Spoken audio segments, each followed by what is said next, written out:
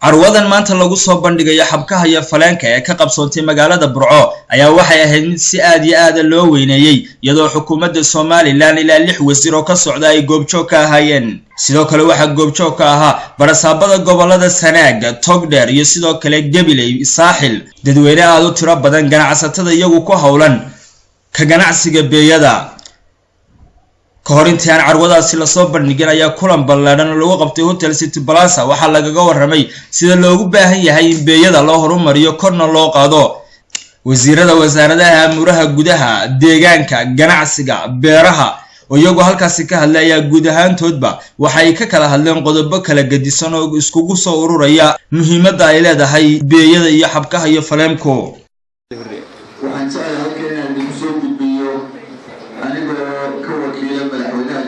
الصوماليات مدن أحمد محمد محمود سيرانيو سلامك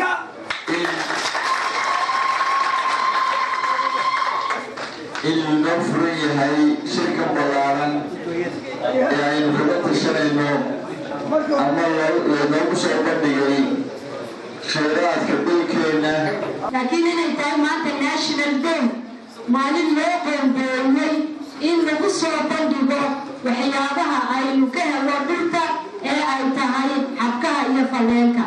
بقال حمد خلاص هذي. تدرو فلوس ودخلنا.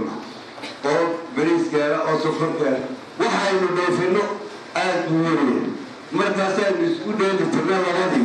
إذا قال ندم معنا وصلنا. وأين إنه حالي إنه قام بحري. شيء كنا أما لو شيء كلا نقدرنا. شيء نوبة بدل من هاي مكان كلام كتيرانا وحبكها.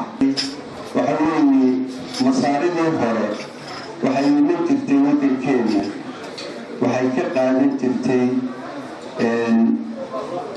فوحة إيا مايدقا أي كقالي تفتي ململك wasiirada iyaguna munaasabaddan goobjooga ka ah waxa kamid ahaa wasiir ku-xigeenka ganacsiga wasiir dawlaha waxbarashada iyo wasiirka wasaaradda biyaha barasaabka gobolka Togdheer iyo gudoomiyaha rugta ganacsiga iyaguna halkaas ka hadlay ayaa tilmaamay inay ku faraxsan yihiin in Burco noqoto xarunta ganacsiga xabkaha iyo faleemka dhinaca kalena barasaabka gobolka Sanaag Maxamuud Cali Saleebaan Ramaax oo halkaas ka hadlay ayaa waxa uu tilmaamay in xabkaha iyo faleemka uu gobolkiisu hodan ku yahay isla markaana uu dardar gelin doono sidoo gobolkaasi uga furi lahaa xarun guud ahaanba lagu haadiyo lagu kala hafo xabkaha iyo faleemka dhinaca kale carwadaasi oo aad loo camiray ayaa waxaanu kula kulanay dadka iyagu soo bandhigaya xabkaha iyo faleemka geesta kale waxaanu la kulanay dad iyaguna ajaanib ah oo dareenkooda u cabiray TV-ga qaranka waxaan ay gudoomiyaha Raxiiq Company waxaanu ka midnahay qaybgalayaasha carwadan baanu ka midnahay Raxiiq waa company degan UK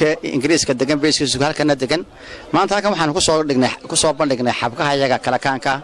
It is a good day for Somaliland because I have many projects here the last years and we started also a project in agriculture and in the past I have also seen that we have the resources of Foch and also Murro, I don't know the Somali name.